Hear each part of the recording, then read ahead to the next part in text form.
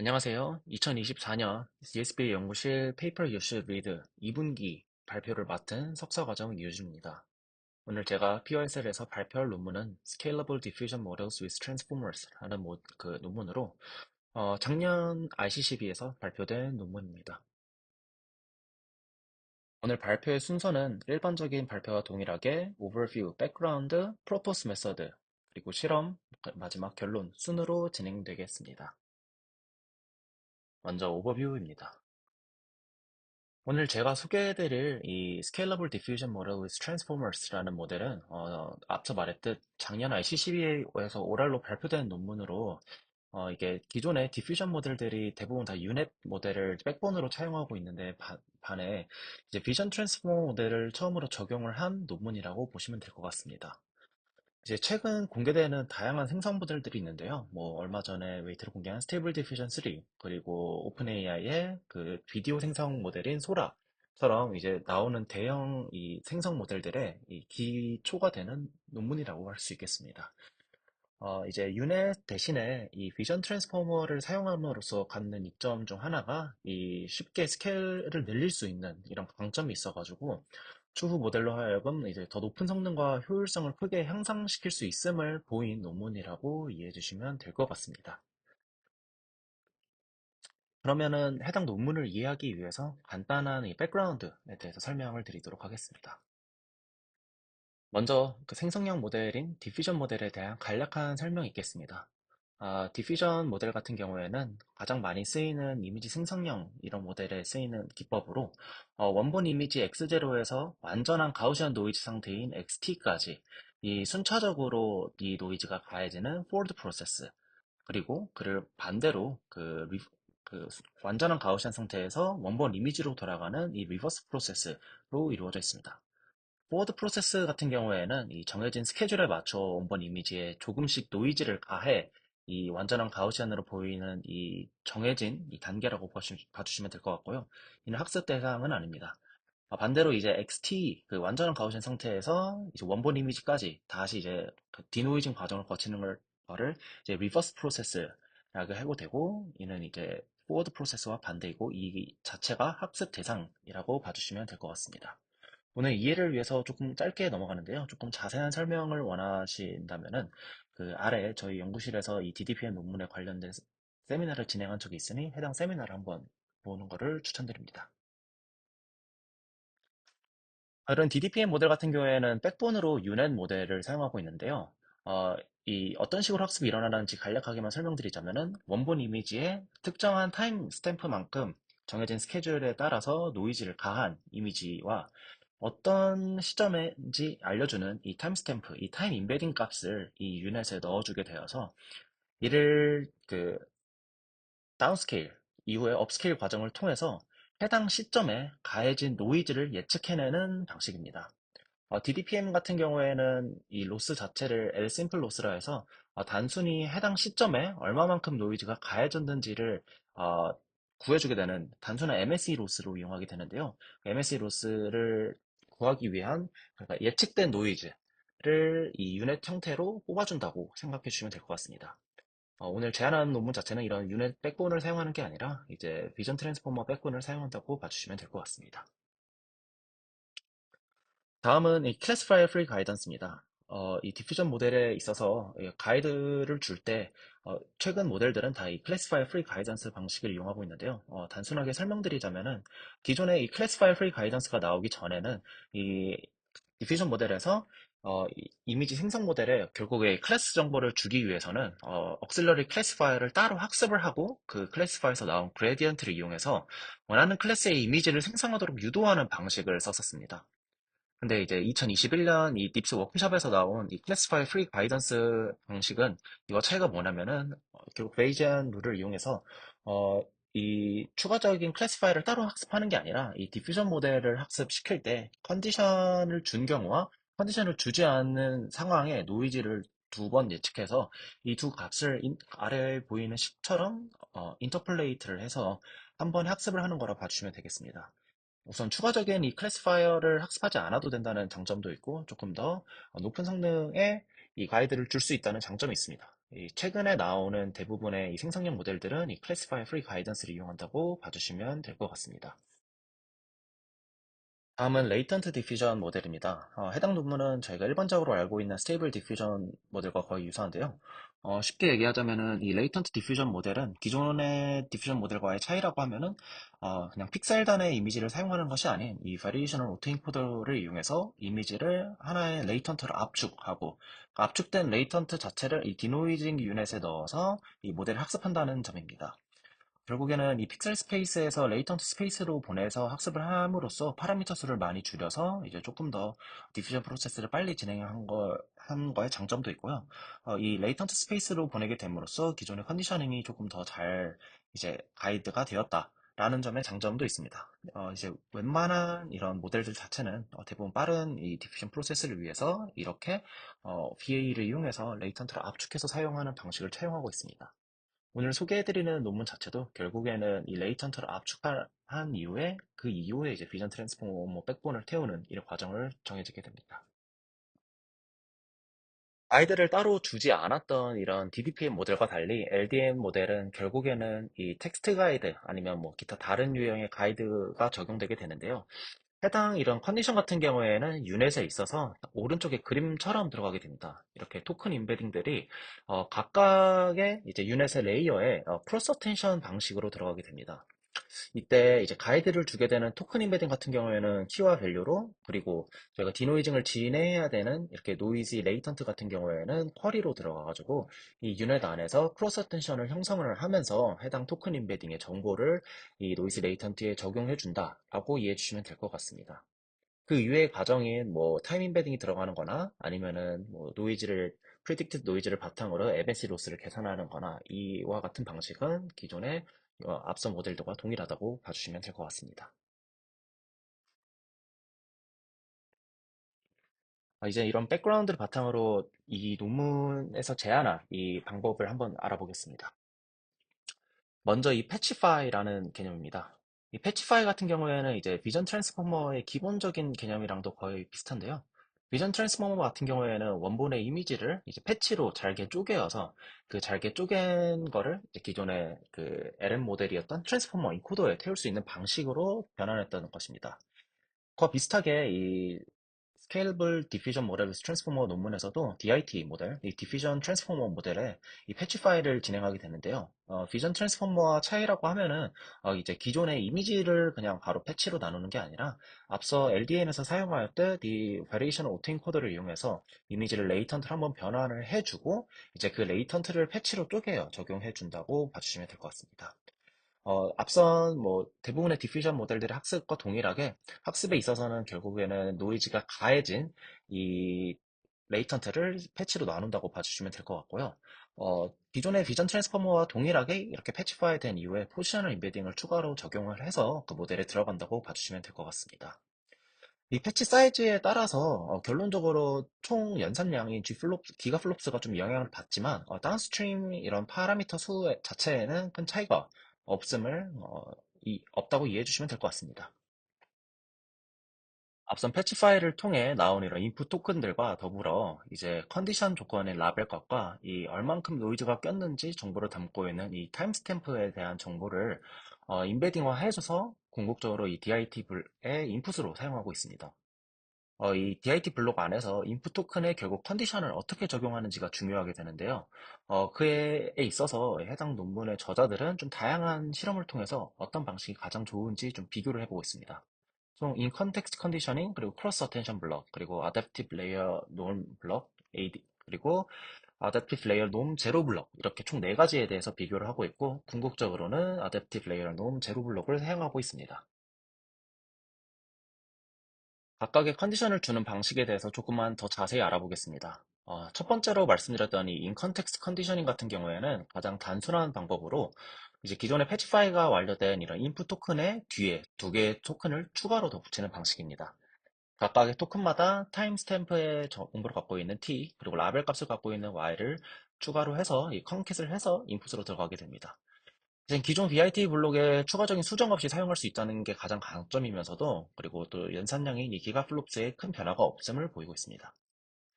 다음으로 이제 크로스 어텐션 블록입니다. 크로스 어텐션 블럭은 이제 앞서 얘기했던 백그라운드에 나왔던 LDM 방식의 이 가이드를 주는 거와 동일하게 진행되는데요. 이 컨디션 임베딩과 결국 인풋 토큰 사이에 이 멀티헤드 크로스 어텐션을 계산해 주게 됩니다. 이는 기존 방식과 비슷한데, 이런 방식을 씀으로써 기존 대비 15% 이상의 연산량이 늘어났다고 이해해 주시면 될 것 같습니다. 그 다음에 Adaptive Layer Norm입니다. 해당 부분이 이 Scalable Diffusion Model with Transformer 논문에서 제안한 이 디퓨전을 트랜스포머에 넣을 때 가장 좀 특색 있는 방식이라고 이해해 주시면 될 것 같습니다. 해당 방식 같은 경우에는 아래 논문, 2017년에 나오는 이 필름 논문의 그 리니어 모듈레이션 방식과 거의 유사하다고 봐주시면 될 것 같습니다. 이 필름에서 제안한 리니어 모듈레이션 방식에 조금 간단하게 설명드리자면은, 이는 좀 서로 다른 모달리티의 정보를 좀 입히기 위해서 CNN의 중간 피처 맵에 이 러너블 파라미터인 시프트를 담당한 감마랑 스케일을 담당한 베타를 이용해서 이 어댑테이션을 진행하는 과정입니다. 아래의 소식을 보면은 이해가 쉬울 것 같은데요. 해당 피처 맵에다 이제 곱해주는 이런 단위인 shift, 감마를 곱해주게 되고, 그리고 바이어스처럼 스케일을 더해준다고 봐주시면 될 것 같습니다. 이러한 방식을 이제 레이어 노멀라이제이션에 적용한 게 어댑티브 레이어 놈이라고 봐주시면 될 것 같은데요. 일반적으로 이 진행되는 채널 와이즈 노멀라이제이션을 진행해주고 거기에 곱해지는 감마와 그리고 더해지는 베타 자체를 이런 그 러너블 파라미터가 아닌 타임스탬프 값과 이 레벨 값을 넣어줬다는 게 가장 큰 의미입니다. 이 방식을 이용해 어댑테이션을 진행하고 이제 그림에서 왼쪽 그림의 구성과 동일하게 총 두 번에 걸쳐 진행을 해서 두 개의 가마와 두 개의 베타, 총 네 개의 파라미터가 들어간다는 것을 확인할 수 있겠습니다. 해당 방식을 이용하면 앞서는 이런 크로스 어텐션 방식보다도 좀 훨씬 그 계산량이 늘어나지 않아 가장 적은 이런 기가플롭스를 보인다고 생각해 주시면 될 것 같습니다. 이제 거기에 추가적으로 더 나은 게 이 Adaptive Layer Norm 제로 블록인데요. 이거 같은 경우에는 기존의 Adaptive Layer Norm에다가 Residual Connection 전에 스케일링을 진행할 때 이 스케일 팩터 알파를 더해준다는 스케일 팩터 알파가 추가된다는 것이라고 봐주시면 되겠습니다.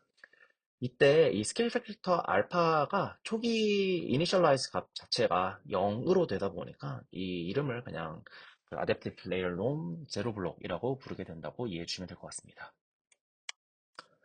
이 DIT 블록에서 맨 마지막 단의 디코더 같은 경우에는 단순합니다. 최종 DIT 블록 결과물에 레이어 놈을 한 번만 더 진행해 주게 되고 이후에 리니어 레이어를 한 번 통과해 주게 됩니다. 해당 결과물 자체는 기존의 인풋 대비 2배의 채널 크기를 갖는 이 결과물이 나오게 되는데요. 해당 부분을 이제 리쉐이핑을 통해서 두 개의 동일한 32 x 32 x 4 사이즈로 나오게 됩니다. 이 최종 결과물은 결국 노이즈와 코베리언스 값이 얻어지게 됐는데요. 이 코베리언 값을 이용해가지고 추가적으로 그 MSE 로스만 사용하는 게 아니라 이 베리언스를 다루는 VLB 로스까지 추가적으로 사용한다는 것을 알 수 있었습니다.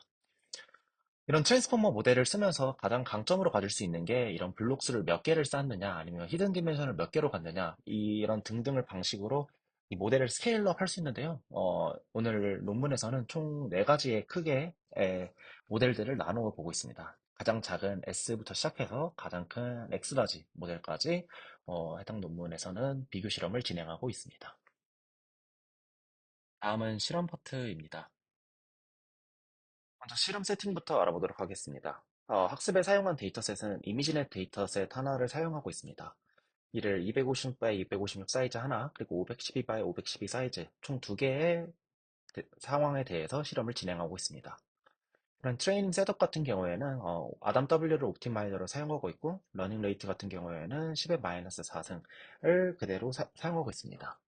특이했던 점은 웨이트 디케이나 웜업 단계가 따로 없다는 점이었고요. 배치 사이즈는 총 256이라고 했습니다. 나머지 세팅 같은 경우에는 그 디퓨전 모델 베이스 기안에 나왔던 ADM 모델과 동일한 방식으로 학습 셋업을 마쳤다고 나와 있었습니다. 그리고 레이턴트를 압축하기 위해서 사용하였던 이 VA 같은 경우에는 스테이블 디퓨전에서 사용한 VA를 그대로 차용해서 사용했다고 얘기하고 있습니다. 평가 매트릭 같은 경우에는 메인 평가 매트릭으로는 FID 스코어를 사용하고 있고요. 나머지 이제 부가적으로는 인셉션 스코어, SFID, 프리시전 리콜 값을 사용하고 있습니다. 그렇다면 먼저 이 DIT 블록 디자인별 비교를 한번 해보도록 하겠습니다. 앞서 인컨텍스트 러닝이나 크로스 어텐션, 그리고 아답티브 레이어 놈, 그리고 최종적으로 선택했던 아답티브 레이어 놈 제로에 대해서 비교를 한 것을 보여주고 있는데요. 기본적으로는 이 XL2라고 하면은 가장 모델 사이즈가 큰 그 DIT XL 사이즈에 패치 사이즈는 2로 둔 모델을 사용했다고 봐주시면 되겠습니다. 위 그래프를 통해서 확인할 수 있는 거는 이 조건부 메커니즘이 모델 품질에 상당히 중요한 결과를 미친다는 겁니다. 이 빨간색부터 파란색까지 결국 구분이 잘 돼 있고 최종적으로 제안한 방식인 Adaptive Layer Norm 제로가 가장 좋은 성능을 보이고 있음을 통해서 이제 DIT 블록 자체에서는 이 Adaptive Layer Norm을 사용하는 게 가장 좋고 결국 이 DIT 블록을 초기화하는 방식의 Adaptive Layer Norm 제로 자체가 기본 Adaptive Layer Norm보다 훨씬 좋다는 것을 확인할 수 있었습니다. 그리고 트레이닝 스텝이 적더라도 아답티브 레이어 놈 제로 같은 경우에는 예를 들어 100K 스텝 만에 학습한 결과가 뭐 인컨텍스트 러닝에 있어서 거의 200K를 넘어서 학습한 성능과 거의 유사함을 통해서 이 아답티브 레이어 놈 제로가 가장 계산 효율적인 이 메커니즘이라는 것을 다시 한번 보여주고 있습니다. 다음은 모델 크기 및 패치 크기별 비교인데요. 다음에 원 12개 같은 경우에는 DIT 모델을 small, big, large, x large, 그리고 패치 사이즈를 8, 4, 2, 총 12가지 케이스에서 비교한 결과인데요. 이거를 통해서 거시적으로 알 수 있는 점은 모델 크기를 키울수록 또 패치 사이즈를 작게 할수록 성능 향상을 보인다고 할 수 있겠습니다. 조금 더 자세하게 분석하기 위해서 다음 장표를 좀 한번 보시겠습니다. 다음 장표 같은 경우에는 위 그래프 같은 경우에는 모델 크기를 고정해 놓고 이제 패치 사이즈를 변경했을 때 결과물을 보여주고 있는 거고요. 이제 아래 같은 경우에는 반대로 패치 사이즈를 고정해 놓고 모델을 크기별로 바꿔 갔을 때 나오는 결과물을 비교해 봅니다. 궁극적으로 봐서 결론은 똑같은데 모델 크기를 키울수록 패치 사이즈를 작게 할수록 성능 향상을 보인다는 것을 확인할 수 있었습니다. 그럼 모델 크기가 크면 클수록 성능이 향상이 이뤄진다 했으니 그 파라미터 수가 그 모델의 품질을 결정하는 데 가장 중요하냐라고 말하면은 그렇지 않음을 이 저자들은 말하고 있습니다. 해당 장표에 제가 보라색 박스로 상자를 쳐놨는데요. 라지 모델과 엑스라지 모델 같은 경우에는 이 트레이닝 스텝 400K와 600K 사이에서 거의 차이가 나지 않는 정도의 성능을 보이고 있습니다. 이를 조금 더 분석적으로 그 실험을 진행했을 때 나온 결론부터 말하자면은, 결국에는 이 모델 파라미터 수가 중요한 게 아니라, 이 기가플롭스가 크면 클수록 모델의 품질 향상에 더 도움이 있다고 말하고 있습니다. 다음과 같은 케이스를 보면은, 뭐, 파라미터 수를 모델 크기를 그대로 유지하고 패치 크기만 줄이게 된다면은, 파라미터 수는 변하지 않습니다. 뭐 실제로는 일부 좀 감소하긴 하지만 거의 파라미터 수는 변하지 않고 대신 이 패치 크기를 줄여가지고 발생되는 이 기가플롭스는 매우 높아지게 됩니다. 이 기가플롭스가 높아질 때, 즉 패치 사이즈만 줄어들 때 모델 성능 향상이 더 도드라지는 것을 보면은 모델 파라미터 수가 궁극적으로는 이 성능에 중요한 게 아니라 파라미터 수가 늘어남에 있어서 더 추가되는 이 연산량이 이 모델 그 성능에 최종적인 이 영향을 끼쳤다고 이해해 주시면 될 것 같습니다. 이에 대해 조금 더 직관적인 그래프를 갖고 왔습니다. 다음은 이제 연산량 대비해서 FID를 나타낸 이 장표인데요. 기가플롭스와 이 FID 스코어 간에 강한 음의 상관관계가 있음을 확인할 수 있습니다. 결국엔 추가적인 모델 연산이 있는 DIT 모델 같은 경우에는 더 높은 성능 향상을 갖고 온다고 이해해 주시면 될 것 같습니다. 다음 장표는 이 모든 DIT 모델에 대해서 총 훈련 계산량에 따른 이 FID 스코어를 나열해 놓은 건데요. 이 장표를 통해서 확인할 수 있는 결론은 뭐냐면 결국에는 큰 모델일수록 더 계산 효율적이라는 결론입니다. 작은 DIT 모델은 더 오래 훈련해도 결론적으로는 더 적은 단계로 훈련된 큰 DIT 모델에 비해 계산 효율이 떨어진다는 점입니다. 동일한 모델이더라도 패치 크기에 따라 제한된 기가플롭스 내 성능이 다름을 좀 보여주고 있고, 이 10의 10승 기가플롭스 이후에는 이 패치 사이즈가 더 큰 엑셀4 모델이 엑셀2 모델보다 성능이 떨어지는 것을 확인을 통해서 이 조금이라도 더 큰 모델을 사용하는 것이 이 효율적임을 확인할 수 있었습니다.